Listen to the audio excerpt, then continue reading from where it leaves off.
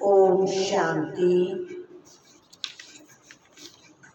आज 1/8/26 के महावाक्य है। मीठे बच्चे, पर चिंतन छोड़ अपना कल्याण करो। तुम सोने जैसा बनकर औरों को रास्ता बताओ। अशरीरी बनने का अभ्यास जो सदा करते रहते हैं, उनकी मुख्य निशानी सुनाओ। वे हट से अपनी कर्मेंद्रियों को वश नहीं करते, लेकिन उनकी कर्मेंद्रियां स्वतः ही शीतल हो जाती है। हम आत्मा भाई भाई हैं। जय स्मृति स्वतः रहती है। देह अभिमान छूटता जाता है। नाम रूप का नशा खत्म होता जाता है। दूसरों की याद नहीं आती है। गीत है, तू प्यार का सागर है, तेरी बूंद के प्यासे हैं हम। ओम शांति। जय कोई सिर्फ प्यार का सागर नहीं, ज्ञान का सागर भी है। ज्ञान और अज्ञान, ज्ञान को दिन, अज्ञान को रात कहा जाता है। ज्ञान अक्षर ही अच्छा है, अज्ञान अक्षर बुरा है। आधा कल्प है ज्ञान की प्रलब्ध, आधा कल्प है अज्ञान की प्रलब्ध। अज्ञान की प्रलब्ध है दुख, ज्ञान की प्रलब्ध है सुख। जय तो बहुत सहज समझने की बातें हैं। दिन है ज्ञान, रात है अज्ञान। जय भी किसको पता नहीं है, ज्ञान किसको कहा जाता है, अज्ञान किसको कहा जाता है। जय बेहद की बातें हैं। तुम सबको समझाते हो ज्ञान क्या है, भक्ति क्या है। ज्ञान से तुम पूज्य बन रहे हो। जब पूज्य बन जाते हो तो पूज्य की सामग्री को जान जाते हो। जय भी बाबा ने कहा है, जय भी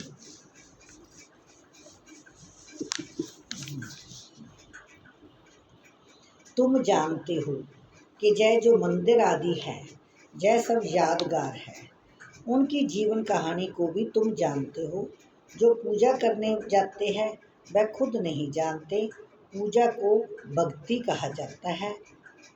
भगवान को भक्ति से मिलना है। भक्ति का फल देने के लिए सो भगवान ही आकर पुजारी से पूजा बनाते हैं। पूज्य सतयुग में, पुजारी कलयुग में होते हैं। तुम बच्चे जानते हो आज क्या है, कल क्या होना है। विनाश तो जरूर होने का है, कोई भी समय हो सकता है। तैयारी हो रही है, गाया हुआ भी है। अनेक कुदरती आपदाएं होती हैं। जय तो लिख देना चाहिए। गृह युद्ध और कुदरती आपदाएं, उनको कोई ईश्वरीय आपदाएं नहीं कहेंगे। यह तो ड्रामा की नूंद है, जिसमें नेचुरल कैलेमिटीज सब आने वाली है। विनाश में भी मदद करेंगे। मूसलाधार बरसात पड़ेगी, भूख मरेंगे, अर्थक्वेक आदि सब आने की है। इन द्वारा ही विनाश होने का है। बच्चे जानते हैं यह तो जरूर होने का है, नहीं तो सतयुग में इतने थोड़े मनुष्य कैसे होंगे। जरूर इकट्ठा विनाश होगा।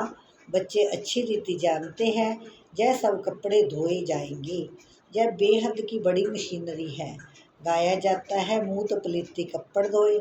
इन कपड़ों की बात नहीं, यह है शरीर की बात। आत्माओं को योग बल से धोना है। इस समय 5 तत्व तमो प्रधान है, तो शरीर भी ऐसे बनते हैं। पतित पावन बाप आकर पावन बनाते हैं और सब खलास हो जाते हैं। तुम जानते हो पावन कैसे बनते हैं। रास्ता बहुत सहज बताते हैं। मनुष्य तो कुछ भी नहीं समझते। जहाँ जहाँ भक्ति यज्ञ आदि होते हैं, वहाँ जाकर समझाना चाहिए कि जिनकी तुम भक्ति करते हो उनकी बायोग्राफी समझने से ही तुम देवता बन सकते हो। उन्होंने जीवन मुक्ति कैसे पाई सो तो समझो, तो तुम भी जीवन मुक्ति पा सकते हो। मंदिरों में बैठ जीवन कहानी समझाने से अच्छी रीति समझेंगे। तुम भी बाप से अभी जीवन कहानी सुनते हो। तुम बच्चों को कितनी समझ मिलती है। परम पिता परमात्मा की जीवन कहानी कोई भी नहीं जानते हैं। सर्वव्यापी कहने से जीवन कहानी थोड़ी ही हो जाती है। तुम बच्चे अभी परम पिता परमात्मा की जीवन कहानी को जानते हो, यानी आदि मध्य अंत को जानते हो। इस समय को आदि कहेंगे, जबकि बाप आकर पतितों को पावन बनाते हैं।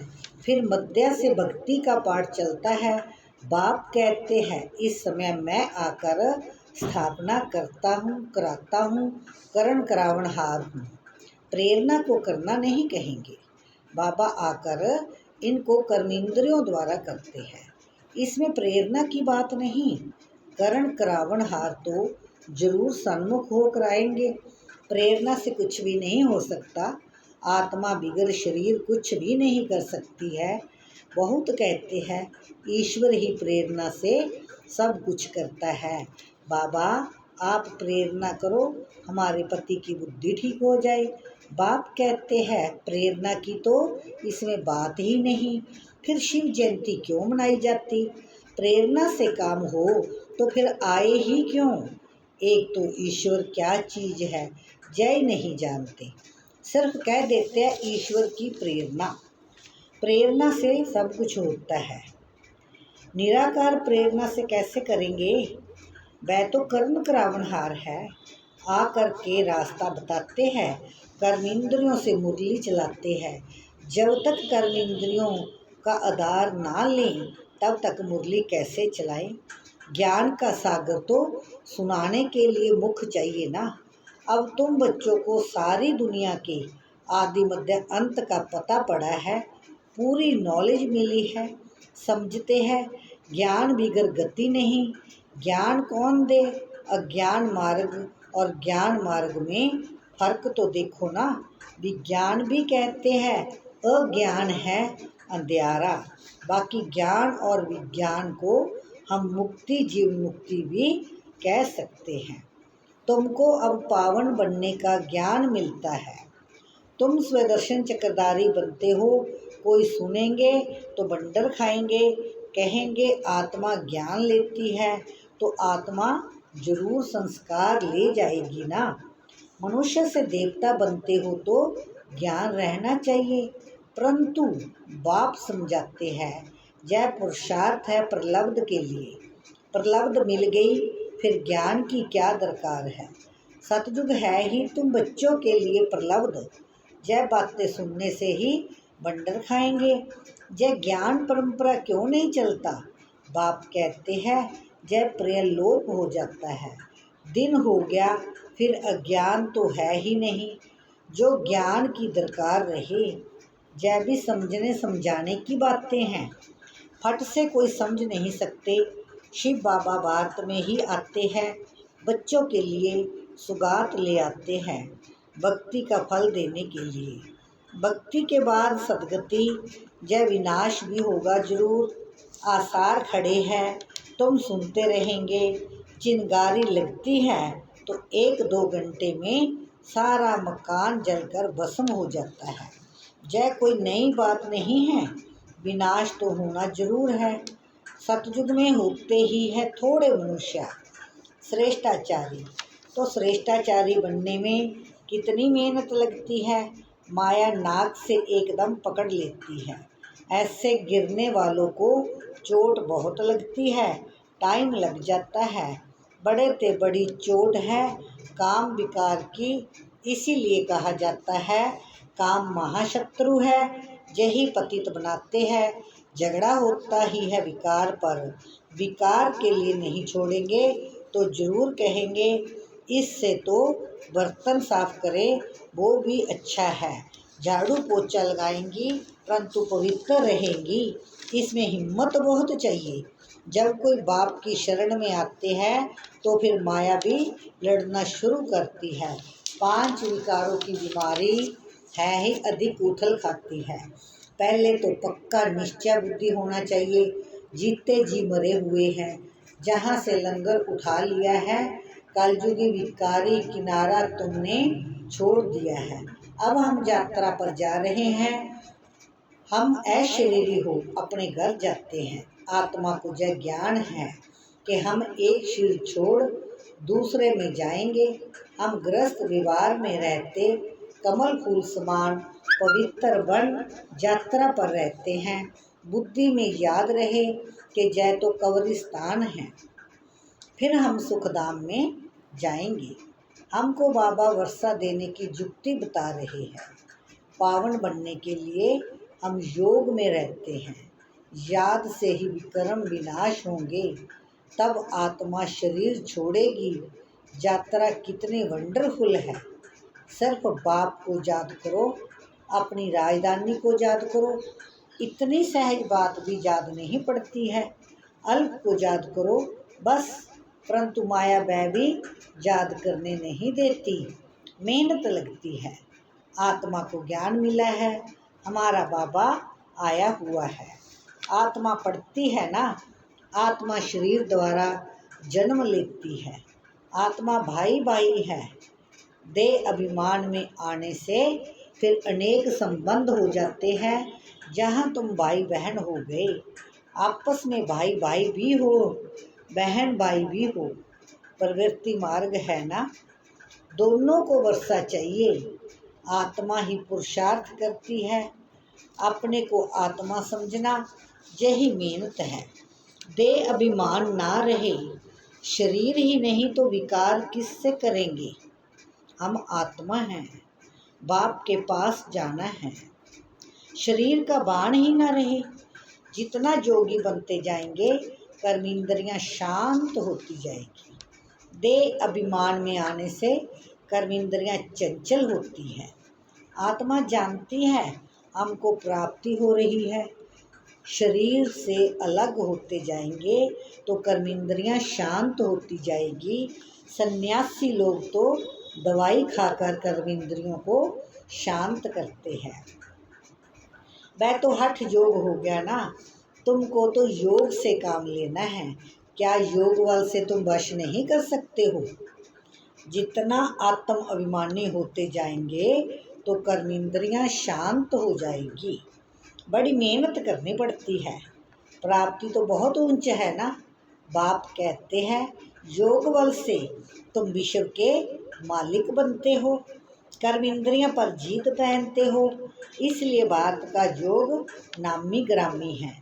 तुम मनुष्य से देवता, पति से पावन बनते हो। प्रजा भी स्वर्गवासी तो है ना। योग बल से तुम स्वर्गवासी बनते हो, बाहुबल से नहीं बन सकते हो। मेहनत कोई बहुत नहीं है। कुमारियों के लिए तो जैसे मेहनत ही नहीं है, फ्री है। विकार में गई तो बड़ी पंचायत हो जाती है। कुमारी रहना अच्छा है, नहीं तो फिर अदर कुमारी नाम पड़ जाता है। जुगल भी क्यों बने, इसमें भी नाम रूप का नशा चढ़ता है। जय भी मूर्खता है। जुगल बनने के बाद पवित्र रहने के लिए बड़ी अच्छी हिम्मत चाहिए, ज्ञान की पूरी पराकाष्ठा चाहिए। बहुत है जो हिम्मत करते हैं, परंतु आग की आंच आ जाती है तो खेल खलास। इसलिए बाबा कहते हैं कुमारी फिर भी अच्छी है। अदर कुमारी बनने का ख्याल भी क्यों करना चाहिए। कुमारियों का नाम बाला है, बाल ब्रह्मचारी हैं। बाल ब्रह्मचारी रहना अच्छा है, ताकत भी रहती है। दूसरे कोई की याद नहीं आएगी। बाकी हिम्मत है तो करके दिखाओ, परंतु मेहनत है।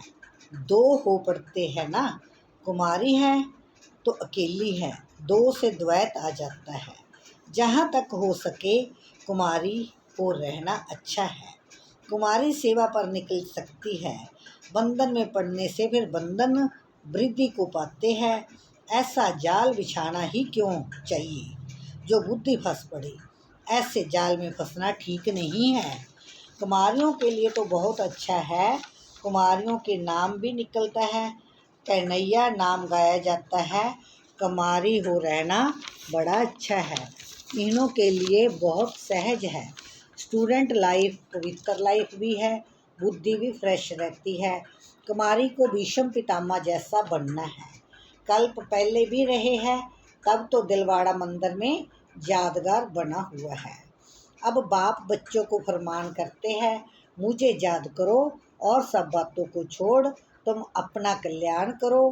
बाप को याद करने में ही कल्याण है। भूल चूक होती है, बच्चे गिर पड़ते हैं। तुम पर चिंतन को छोड़ अपना कल्याण करो, दूसरे चिंतन में जाओ ही नहीं। तुम सोने जैसा बन जाओ, औरों को भी रास्ता बताओ। सतो प्रधान बनने का एक ही उपाय है। पावन बनने के विग्रह मुक्ति धाम में जा नहीं सकते। उपाय एक ही है, फिर अंत मति सो गति हो जाएगी। जरमुई जगमुई छोड़ दो, नहीं तो अपना ही नुकसान करेंगे। बाप कोई श्राप नहीं देते हैं, श्रीमत पर नहीं चलते तो आपे ही अपने को श्रापित करते हैं। अच्छा, मीठे मीठे सीख लेते बच्चों प्रति माता पिता बाप दादा का याद प्यार, गुड मॉर्निंग, ओम शांति। धारणा निश्चय बुद्धि बन जीते जी इस पुरानी दुनिया से अपना लंगर उठा लेना है। बाप के हर फरमान को पालन कर अपना कल्याण करना है। दूसरों का चिंतन छोड़ अपनी बुद्धि को स्वच्छ सोने जैसा बनाना है। जरमुई जगमुई में अपना समय नष्ट नहीं करना है। योग बल से अपनी कर्मेंद्रियों को शांत शीतल बनाना है। वरदान है, अपनी विजय व सफलता को निश्चित समझकर सदा निश्चिंत रहने वाले निश्चय बुद्धि भव। जो बच्चे सदा बाप में, स्वयं के पार्ट में और ड्रामा की हर सेकंड की एक्ट में 100% निश्चय बुद्धि है, उनकी विजय व सफलता निश्चित है। निश्चित विजय होने के कारण वे सदा निश्चिंत रहते हैं। उनके चेहरे से चिंता की कोई भी रेखा दिखाई नहीं देगी। उन्हें सदा निश्चय रहता है कि जय कार्य व जय संकल्प सिद्ध हुआ ही पड़ा है। उन्हें कभी किसी बात में क्वेश्चन नहीं उठा सकते। स्लोगन, सुनने सुनाने में भावना और भाव को बदल देना ही बाजूमंडल खराब करना है। अव्यक्त इशारा है, संपूर्ण पवित्रता के हिसाब से व्यर्थ संकल्प भी अपवित्रता का बीज है। व्यर्थ संकल्प चलना मेजॉरिटी बच्चों में अभिजय संस्कार रहा हुआ है। व्यर्थ संकल्प का आधार मन है, जो मन मनाभाव होते नहीं, इसीलिए श्रीमत रूपी लगाम टाइट कर व्यर्थ संकल्पों की अपवित्रता को खत्म करो। अच्छा, ओम शांति। थैंक यू बाबा, शुक्रिया शुक्रिया। इस मुरली को सभी लाइक करें, शेयर करें, ताकि सभी तक मुरली पहुंच सके और जन जन तक बाबा का ये परिचय पहुंच सके। थैंक यू बाबा, शुक्रिया शुक्रिया शुक्रिया। ओम शांति।